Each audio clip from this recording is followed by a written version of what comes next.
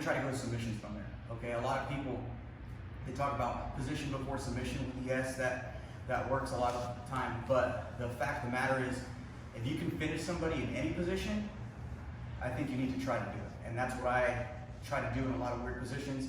I think that's why I put myself in a lot of weird positions to see if it works, and then I can, you know, teach it to you guys or whatever, okay? So we're gonna do some stuff from bottom, side control, once somebody already has kind of a good position, okay? And they're putting pressure, and a couple things that we can do to at least, if we can't hip escape and get them back in the guard or get to our knees, put them in some sort of danger that gives us room to at least re-guard. If not, if we can finish the position with submission on the bottom, that's always good as well, okay? So we'll start. If he's got a good side control, right? He's got my arm killed, he's got good control, he's not just chest to chest, but he's kind of rolling over me, and he's got this good shoulder right into my neck to stop me from kind of turning in, okay? So a couple things that I need to do when I'm in this position, okay, is first I have to make room, okay? The first thing I like to do is I kind of hug him tight to me so he can't really escape either, and then from here I'll go elbow on the hip, okay? As soon as I go elbow on the hip, the next thing I'm gonna do is I'm gonna try to get my arm from one side of his neck to the other, right on the shoulder, and I'm gonna put my elbow right under his jawline or his neck. And that's usually gonna give me a little bit of room, okay? And now from here, I'm gonna try to hip escape, and what I need to do is get my arm over his, okay? So when I get this position, I might upa that 45, and the main thing is for me to get to the side of my hips here, and what I'm gonna do is I'm gonna come over and hug. I'm gonna hug his arm here, okay? And so what I'm doing is, I am getting my bicep on the back of his tricep and keeping it as tight as I can, okay? And we'll go from different positions on how to get this, but this is kind of what I want, okay?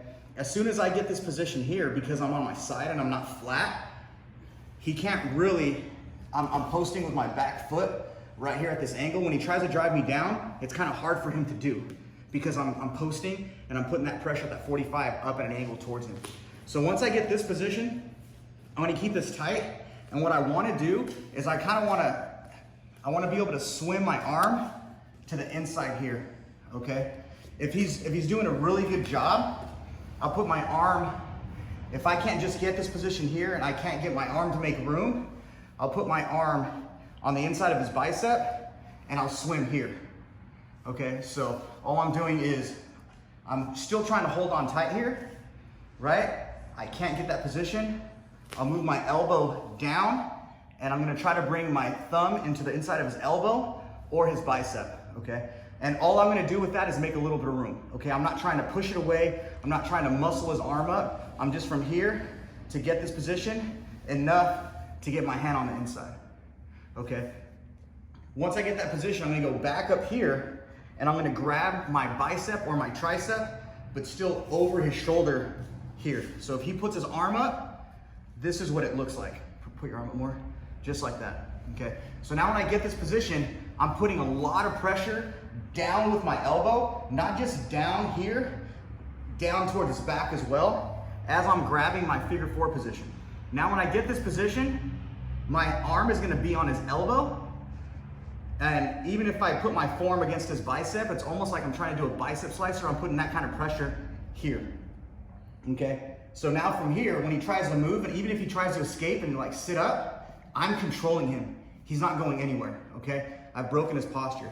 So now when I have time and the opportunity to, I'm gonna slowly drive my arm from his shoulder area down to his tricep area, and my hand that's on the inside of his bicep, it's gonna make its way down to the forearm, and I'm gonna grab here for the Kimura position, okay? So once I get here, I'm staying tight, I can extend and just grab it. If I grab a forearm, that's okay, but eventually I wanna make my way down to his wrist and get this position, okay? Now from here, I need to get my motorcycle grip. From here, it's really hard to get your motorcycle grip because I don't have the positioning, but I still wanna make things as tight as I can. So to finish the motorcycle grip, I can't just turn here because you can see it's still really not that tight. I need to bring his elbow up towards me and then I get the motorcycle position, okay? And now that I got this position really strong, the couple things that I can do, okay? I'm gonna go from this side of my hip to flat on my back, and now from here, there's one of two things to do to try to finish this, okay? I'm either going to continue to my other side of my hip, keep that motorcycle grip, and finish the Kimura, right? Or if he doesn't want to give me the Kimura, if he's not being stubborn, a lot of people will post right there just like he did and try to sit up, and I can finish this with the Kimura, right? But if he's not being stubborn, as soon as he feels his body going up over, like, to finish that Kimura, he's gonna roll, and now I have that Kimura position, okay? And now from here, I can slide under, start looking for triangles, right? From here, I can get here until like this Kimura trap, right? Or I can just do a sit-up and then finish the Kimura from the side control, or let go completely and get my own side control position, okay? So we'll get back to that position.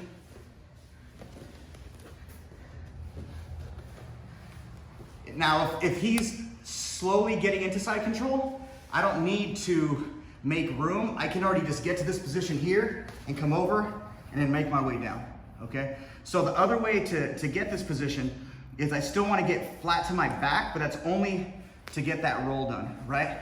Once I get flat to my back, if he's putting pressure on me really good down and I can't really finish this position, yeah, just like that, it's really good. It's hard for me to like roll to my other side. I'm gonna keep his wrist on his back and I'm gonna press it down so he can't escape, okay? And now from here, because of the pressure that he's giving me, it's easier for me to finish this Kimura because of the pressure that he's putting, right? If he's kind of loose because he feels it coming, I'm just gonna upa at that 45-degree angle, boom, and I have the same position. I can keep a Kimura trap, right? Or I can just switch my hips